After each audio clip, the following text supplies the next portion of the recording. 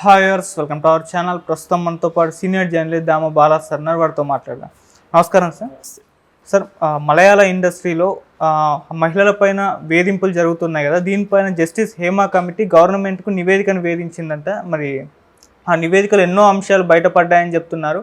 అసలు ఆ నివేదికలో ఏముంది, ఏం జరుగుతుంది సార్ అక్కడ? అసలు జస్టిస్ హేమా కమిటీ నివేదిక బయటకు వచ్చింది. యాక్చువల్గా అసలు హేమా కమిటీ అంటే ఏంటి, హేమా కమిటీని ఎందుకు ఫామ్ చేశారు, సినిమా ఇండస్ట్రీలో ఎటువంటి పరిస్థితులు కేరళలో ఉన్నాయి, ఎందుకు ఈ హేమా కమిటీని ఫామ్ చేయాల్సి వచ్చింది అనేది మనం చూస్తే 2017లో భావన అనే ఒక artist first time Kerala industry లేదా ఇండియాలోనే ఫస్ట్ టైము బయటకు వచ్చి ధైర్యంగా నన్ను కొంతమంది హరాస్ చేశారు, కదిలే వ్యాన్లో నన్ను అసభ్యంగా తాగుతూ గందరగోళంగా నాతో బిహేవ్ చేశారు, అక్కడి నుంచి నన్ను వేధింపులు మొదలైనాయి అని ఆమె చెప్పింది. అప్పట్లో పినరయి విజయన్ గవర్నమెంట్ మీద తీవ్రంగా వ్యతిరేకత వచ్చింది, దాని పట్ల పట్టించుకోలేదని.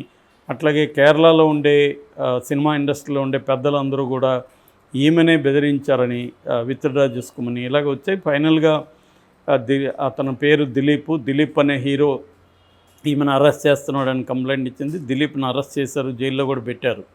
అయితే ఆ సందర్భంగా ఉమెన్ ఇన్ సినిమా కలెక్టివ్ అనే ఒకటి ఫామ్ అయింది. కేరళలో ఉండే కొంతమంది స్త్రీ నటులు వాళ్ళు ఫిమేల్ యాక్టర్స్ కలిసి ఉమెన్ ఇన్ సినిమా కలెక్టివ్ అని ఒకటి పెట్టి వాళ్ళు పెద్ద ఎత్తున దీన్ని మీద ఆందోళన చేశారు సిస్టమేటిక్గా. దాంతో పినరయి విజయన్ ప్రభుత్వం దిగివచ్చి దీని మీద జస్టిస్ హేమా కమిషన్ని వేసింది. So justice Hema commission report submit చేసి కూడా 5 ఏళ్ళు అయినా కూడా ఇప్పటివరకు దీన్ని బయట పెట్టలేదు పినరయి విజయన్ ప్రభుత్వం. అయితే ఇప్పుడు కొంతమంది జర్నలిస్టులు దీన్ని రైట్ టు ఇన్ఫర్మేషన్ యాక్ట్ కింద ఇది ఖచ్చితంగా బయట పెట్టాలి అని చెప్పినప్పుడు బయట పెట్టక తప్పలేదు. అందులో కమిషన్లో ఒరిజినల్గా అయితే 295 పేజీల రిపోర్ట్ అది, కానీ ఇది ఎప్పుడైతే అడిగారో వీళ్ళు అందులో 63 పేజీలని తీసేస్తారని చెప్తున్నారు. 232 పేజీలు మాత్రమే బయటకు వచ్చాయి. ఈ 232 పేజీల్లో కూడా అనేక సంచలనమైన విషయాలు ఇప్పుడు దేశంలో సంచలనాన్ని రేపుతున్నాయి. ఇందులో ప్రధానంగా ఏమున్నాయని చూసుకున్నప్పుడు ప్రధానంగా కేరళలో కొంతమంది ప్రొడ్యూసర్లు, డైరెక్టర్లు, హీరోలు కలిసి ఒక మాఫియా లాగా ఏర్పడ్డారు. వీళ్ళు తమ కంట్రోల్లో లేని వాళ్ళందరినీ కూడా భయభ్రాంతం చేయడం, తమకి నచ్చిన అమ్మాయి హీరోయిన్లు తమతో గడపకపోతే వాళ్ళని వేధించడం, వాళ్ళకి వేషాలు రాకుండా చూసుకోవడం, ఇలాగ భయభ్రాంతం చేస్తున్నారు. అట్లాగే మామూలుగా అయితే మనకి పాష్ అనే ఒక యాక్ట్ ఉంది. పాష్ అంటే sexual harassment of women in work place అని బ్రాకెట్లో ప్రివెన్షన్, ప్రొహిబిషన్ అండ్ రెడ్రెసల్ అని ఉంటుంది అనమాట. దీన్ని సింపుల్గా పాష్ అని పిలుస్తారు. ఇది 2013లో వచ్చింది. ఈ చట్టం ప్రకారం దేశంలో ఏ రంగంలో అయినా స్త్రీలు పనిచేస్తున్న చోట స్త్రీల మీద లైంగికంగా హరాస్మెంట్ కావచ్చు, అత్యాచారాలు కావచ్చు జరుగుతున్నప్పుడు వాటిని ప్రివెంట్ చేయడానికి, ప్రొహిబిట్ చేయడానికి, వాటి జరిగిన వాళ్ళ బాధితులకు న్యాయం చేయడానికి ఈ చట్టం ఏర్పడింది. ఈ చట్టం ప్రకారం ప్రతి వర్క్ ప్లేస్లో కూడా ఐసీసీ అంటే ఇంటర్నల్ కంప్లైంట్స్ కమిటీ అనేది ఒకటి ఫామ్ చేయాలి. సో ఇదంతా జరగలేదు ఇక్కడ అనేది ఈ ఉమెన్స్ కలెక్టివ్ తీసుకొచ్చారు. సో ఇప్పుడు ఈ హేమా కమిషన్ రిపోర్ట్లో ఏముంది అని చూసినప్పుడు Hema commission report Kerala cinema ఇండస్ట్రీలో విమెన్ ఎటువంటి బాధలకు గురవుతున్నారు, ఎటువంటి సెక్సువల్ హరాస్మెంట్కి గురవుతున్నారు అనేది పరిశీలించడం కోసం వాళ్ళు వాట్సాప్ గ్రూపుల్ని ఫామ్ చేస్తారు. డ్యాన్సర్లతో వాట్సాప్ గ్రూపు, జూనియర్ ఆర్టిస్టులతో వాట్సాప్ గ్రూపు, చిన్న చిన్న టెక్నీషియన్లతో వాట్సాప్ గ్రూపు ఇలాగ ఏర్పాటు చేసి వాళ్ళ అనుభవాల్ని అక్కడ పెట్టమని చెప్పారు.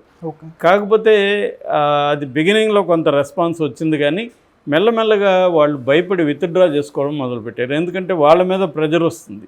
వీళ్ళు కానీ ఏమన్నా చెబితే మిమ్మల్ని ఇండస్ట్రీలో లేకుండా చూస్తాము, మీ మీద ఏదో కేసులు పెట్టించి జైళ్ళల్లో పెట్టిచ్చేస్తాము, అన్న ఒక బెదిరింపులు రావడం మొదలుపెట్టింది. దాంట్లో ఆ గ్రూపుల్లోంచి 1 by 1 విత్డ్రా అయిపోయారు. జూనియర్ ఆర్టిస్టులు వెళ్ళిపోయారు, డ్యాన్సర్స్ వెళ్ళిపోయారు. ఇలాగా భయభ్రాంతం జరిగింది అనేది ఆ కమిషన్ రిపోర్ట్లో ఉంది.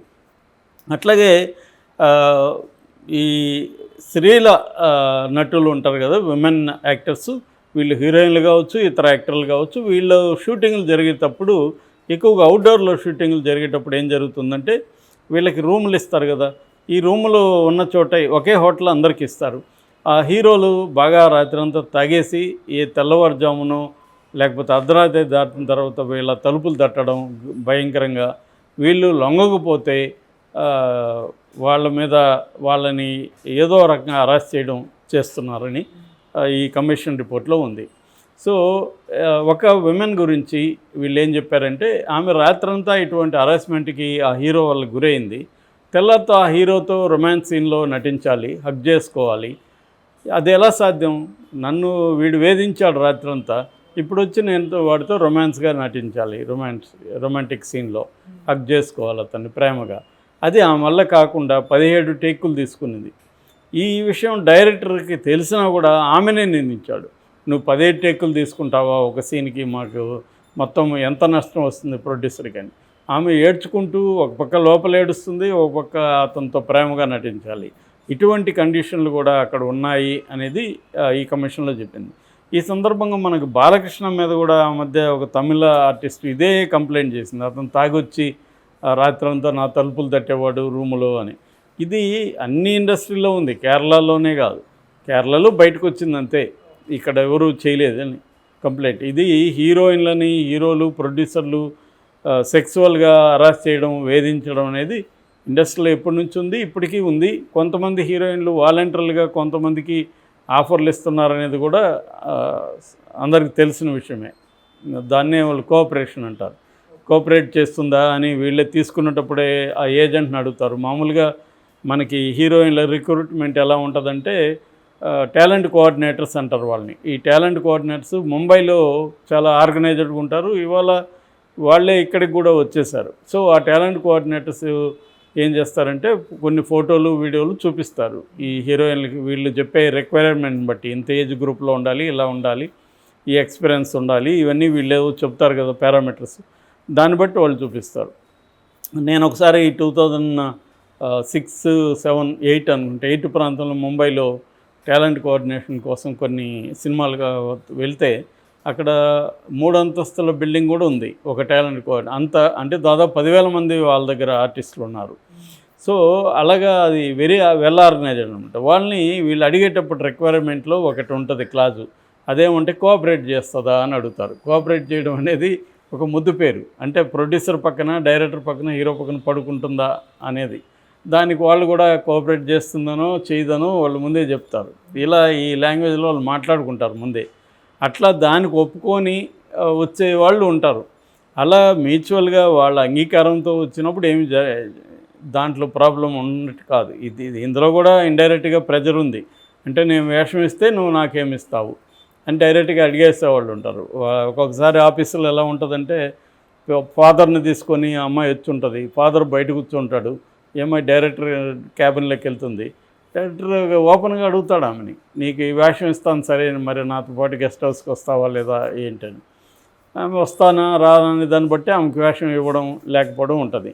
ఎందుకంటే నీకే ఎందుకు ఇవ్వాలి, ఈ క్యారెక్టర్కి నాకు 100 మంది సూట్ అవుతారు, నీకెందుకు ఇవ్వాలి నేను అనేది డైరెక్టర్ వేసే ప్రశ్న. నీలో టాలెంట్ ఉండొచ్చు, 100 మందిలో కూడా నీలాగా నాకు ఈ క్యారెక్టర్కి సరిపోతారు. సో ఇలాగా జరుగుతుంటాయి. ఇక ప్రెజర్ హీరోలు ఏం చేస్తారు, మేజర్ హీరోలు వాళ్ళు సెలెక్ట్ చేసుకునేటప్పుడే మనకు అనుకూలంగా ఉంటుందా లేదా చూసుకొని సెలెక్ట్ చేసుకుంటారు. ఈ హీరోయిన్ అయితే మనకు అనుకూలంగా ఉంటుంది, మనం పిలిచినప్పుడు వస్తుంది, కాబట్టి ఈ హీరోయిన్ పెట్టుకోండి అని డైరెక్టర్కి, ప్రొడ్యూసర్కి చెప్తారు. ఆ హీరోని కాదని వాళ్ళు వేరే వాళ్ళని పెట్టుకుంటే వీళ్ళ నరకం చూపిస్తారు. అందుకని ఇతను అడిగిన అమ్మాయిని తీసుకొచ్చి పెడతారు.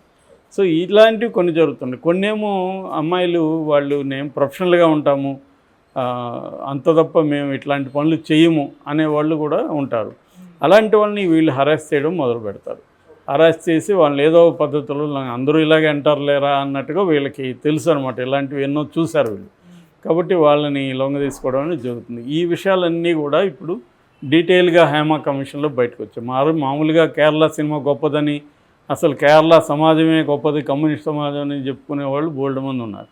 కానీ దానంతా బట్టబయలు చేస్తూ అన్ని ఫిల్మ్ ఇండస్ట్రీలాగా కేరళ ఫిల్మ్ ఇండస్ట్రీలో కూడా సేమ్ మేల్ మాఫియా అనేది ఉంది అనేది ఈ కమిషన్ రిపోర్ట్తో బయటకు వచ్చింది. దీని మీద ఇప్పుడు పినరాయి విజయ్ కానీ ఇంకో గవర్నమెంట్ కానీ ఏమన్నా చర్యలు తీసుకుంటుంది అంటే డౌటే. ఎందుకంటే చర్యలు తీసుకుంటే సినిమా ఇండస్ట్రీ అంతా కూడా ప్రెజర్ తెచ్చే అవకాశం ఉంది.